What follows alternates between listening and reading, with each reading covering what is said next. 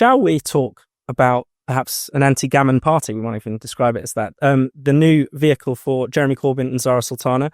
Now, it was announced earlier this month, seemingly without Jeremy Corbyn's knowledge. So he was reportedly bewildered and quite angry when Zarah made the first announcement.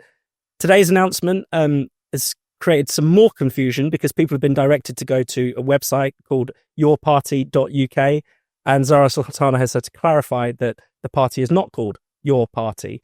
But other than that, it's going off to a great start. So it makes the independent group for Change UK, or whatever they were called, look like the heights of professionalism. Yeah. By contrast, it's been very amusing. I mean, the fact that they hadn't even seemingly agreed to properly do this before it was announced originally, or floated originally by Zarah Sultana, I thought spoke volumes about just their seriousness as much as anything else. The fact that they have launched a party that doesn't actually have a name and therefore people are misnaming it is, again, a hilarious and wonderful development. But did we really expect much more from Zarah Sultana and Jeremy Corbyn? I mean, Jeremy Corbyn, apart from the much more kind of heinous things he's associated with, and rightly so, referring to Hamas as his friends, turning a blind eye to anti-Semitism in the party, so on and so forth, he's always just been a bit of a duffer. Like the fact that he became not only the kind of standard bearer for the Labour left, but the leader of the Labour Party was a kind of historical quirk of quite, huge significance. I think it was just his turn to run. He was always the kind of most uncharismatic, reportedly even friends and relatives will admit they'd never seen him read a book. This was never the sort of person who was supposed to take the limelight, but for all kind of strange reasons he did. And then Zarah Sultana, who is a kind of sort of overgrown student politician, I don't think it's unfair to say this is someone who was earlier this week running around complaining that The Observer had published a cartoon that depicted her that was racist because it had a box of razors with sultanas on it. I mean, this is not a serious person.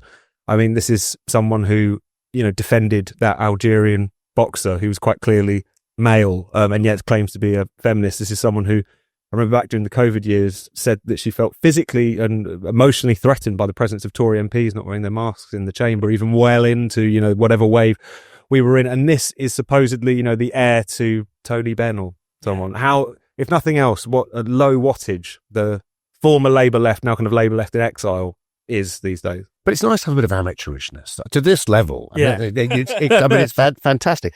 What a catastrophe for the Green Party. What a boon for Reform. I mean, I think Reform had a pretty good fortnight. I think the Farage crime initiative landed quite well. And if it's true that the polls, as the poll suggests, that this new party, whatever it's called, Alison Pearson of the Telegraph suggests it ought to be Britain last. If it is true they pick up 10%, then that's 10% mainly almost coming from the Greens, coming from Labour. It's not really coming from anywhere else. Yeah. I mean, it's fascinating you mentioned the Greens there. There is this sort of self-styled left populist candidate, Zach Polanski.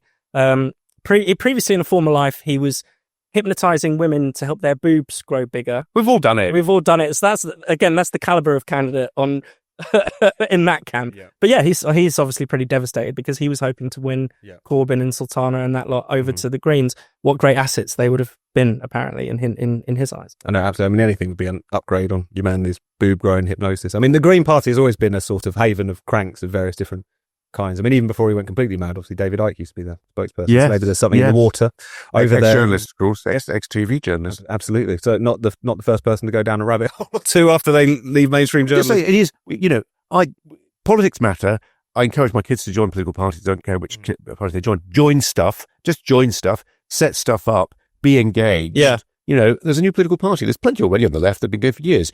Let's have a new one. Yeah, it's great. Why not? And there is a kind of obvious social base for it. The kind of Corbynista, kind of metropolitan sort of, probably quite well off starting life, but slightly downwardly mobile, quite angry with the system, that kind of thing. It's clearly got a constituency plus the Gaza thing, obviously, which is a horrendous way to talk about a very serious conflict, but that's become a badge of identity. Will those more sectarian MPs, Muslim MPs from heartland Labour constituencies up north, would they join a party like this? I think they probably would, and especially, but also the Green Party was also vying for their support. You had Tom, you wrote about this recently. I mean, a lot of Green sort of candidates and activists have been suspended for anti-Semitic remarks. Is extraordinary, but they're coming from a sort of more Islamist point of view rather than being woke. I mean, yeah, clearly that there's a lot to play for, and also, of course, it's Starmer, right? Starmer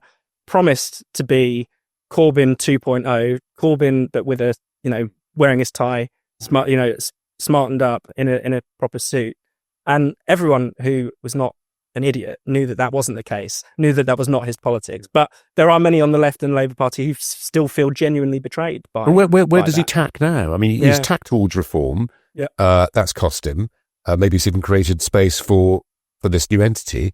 He can't tack to the left. Yeah. Can he? I mean, he's got nowhere to go. And this is a problem with not having a creed. There's nothing to fall back on. People you'd be blown by the winds of political fortune. The suit is empty. The suit is empty. Yeah, absolutely.